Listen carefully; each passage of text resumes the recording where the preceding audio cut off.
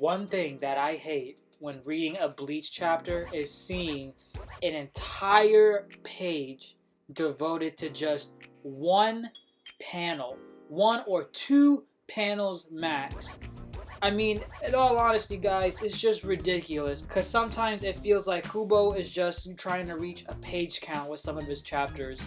For example, when Haschwalth said, "Our war world," that did not need an entire page. I'm sorry, it just didn't. It didn't. I can slightly understand giving an entire page to see the scope of the new Soul King Palace castle. But aside from that, I mean, this was just ridiculous. Not to mention, there were two instances. I believe there was two. Remind me, correct me if I'm wrong, if there was another one. But there was two. One with Baz B and that other Quincy chick looking down at the Soul King's palace. And it's like, this doesn't need to happen. I don't understand. You could fit in so much content. Start a battle. Start a fight or whatever. I mean, we did get a fight started at the end. But in all honesty, I felt like that could have been in the middle of the chapter at some points. So we got some progression with the Soul Reapers finally deciding to stop talking, stop having a picnic around the entrance to the Soul Palace, and just fucking go in. No more BS, no more talking, let's just get shit done. So we got some progression on that part. We're finally getting into the Soul King's Palace. We're moving, we're finally moving. And not only are we moving, we're also getting 3 different groups storming the palace at once. So that kind of broadens the whole, like, storm the castle thing. Some people can storm from the entrance, some people can storm from the top. It just, it gives it variety in a sense. So it's good to see that. Kurisuchi, I really don't understand him at this point. I did like how he was just literally trolling the other Soul Reapers saying, "Oh, I'm going to go experiment out in the open where the Soul King is."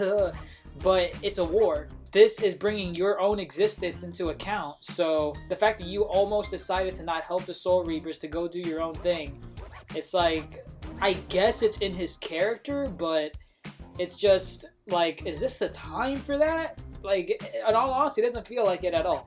But when Kenpachi Zaraki came in and was just literally trolling Kurisuchi, I loved it. I actually loved that part. That part was really hilarious. It gave that shock value to Kurisuchi because, I mean, when was the last time we see him shocked? I think the last time we saw him literally shocked without knowing what the hell to do was when he fought Uryu back in the Soul Palace arc. Like, Uryu literally raped Kurisuchi in the Soul Society arc. One last interesting thing in this chapter was when Baz B was saying we need to take out your watch and Haschwalth. Now, up until now, most of the Bleach fandom has assumed that Haschwalth was basically your watch's second in command, his right hand, you know. There wasn't really much to him, at least up until now. It wasn't revealed that there was really much to him. But the fact that Baz B emphasized, like that last panel, I really liked that last panel.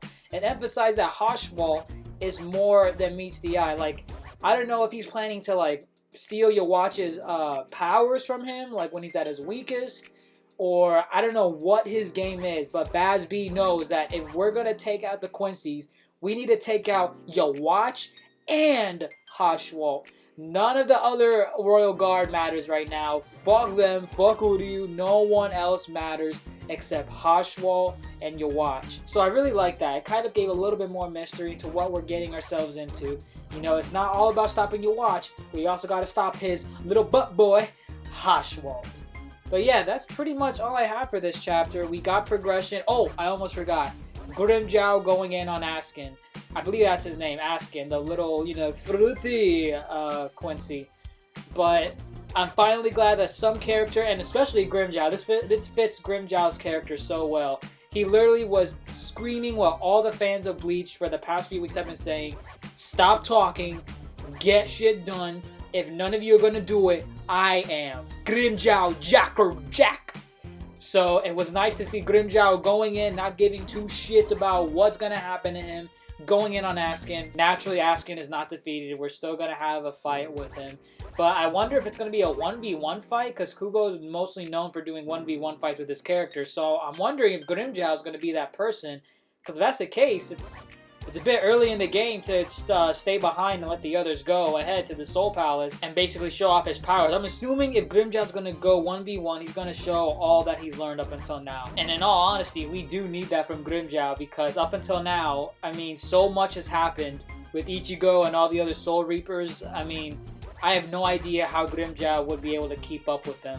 So to see Grimmjow going in on one of the Royal Guard, I'm actually excited for it. I want to see more of it. I want to see what Grimmjow has learned. There's no way he can take on Ichigo.